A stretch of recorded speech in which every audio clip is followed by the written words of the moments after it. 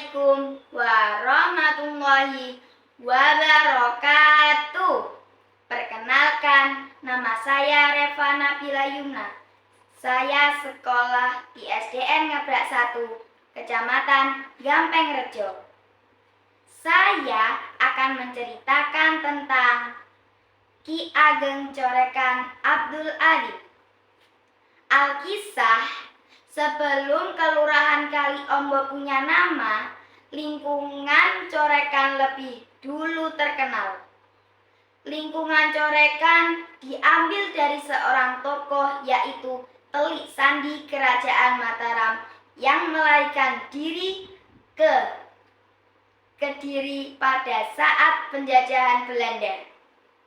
Telik Sandi tersebut bernama Kiai Abdul Adim, yang dalam pelariannya tersebut mengubah namanya menjadi Kiai Coreko.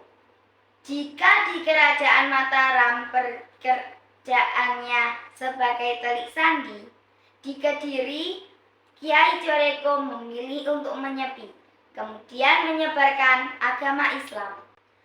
Berkat ketokohannya, lama-kelamaan Kiai Coreko menjadi orang yang dekat dengan Adipati Kediri kala itu. Karena kedekatannya, Kiai Coreko yang hobi memancing itu seringkali memberi ikan untuk sang Adipati. Kedekatan Kiai Coreko dengan Adipati itu konon membuat Tumenggung Tondokusomo iri. Suatu hari, saat Kiai Coreko hendak memberi ikan pada Adipati, Tondokusomo mencegatnya. Dia meminta ikan itu dan berjanji akan memberikannya pada Adipati. Menurut versi lain, istri Adipati pada saat itu hamil, mengidam hati Kidang. Lalu Adipati mengutus Kiai Coreko untuk mencarikannya.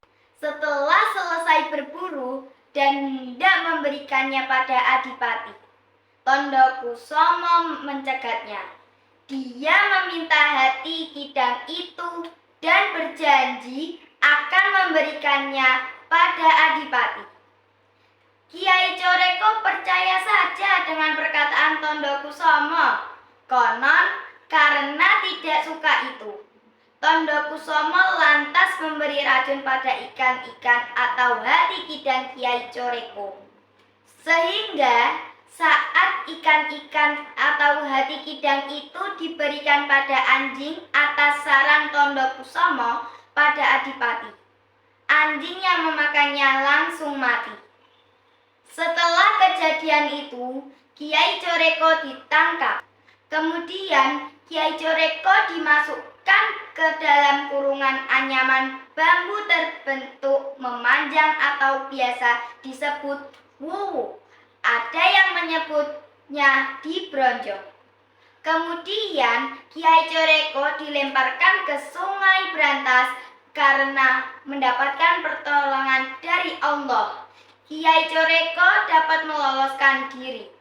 Lalu Kiai Coreko mengikuti kemana bronjong itu terbawa arus sungai deras. Di suatu tempat, bronjong tersebut berubah warna menjadi biru. Seiring perkembangan zaman, tempat ini dikenal dengan sebutan Jong Biru. Di suatu tempat, bronjong tersebut menyangkut di gampeng atau tepian sungai. Seiring zaman, tempat ini terkenal dengan Gampeng Rejo. Di suatu tempat, bronjong tersebut hanyutnya selalu minggir. Kemudian seiring zaman, tempat ini dikenal dengan Minggiran. Di suatu tempat, bronjong tersebut kadang jebus kelem atau muncul tenggelam, sehingga tempat tersebut dikenal dengan Kedung Gabus. Sesampainya di suatu tempat, bronjong tersebut brodol atau bedah jebol, sehingga tempat ini dikenal dengan Brodol. Di tempat brodelnya Bronjong inilah kemudian Kiai Corekan tinggal dan menyebarkan agama Islam sampai wafat. Demikianlah awal mula kisah terbentuknya beberapa desa di sekitar aliran sungai Brantas. Semoga bermanfaat. Wassalamualaikum warahmatullahi wabarakatuh.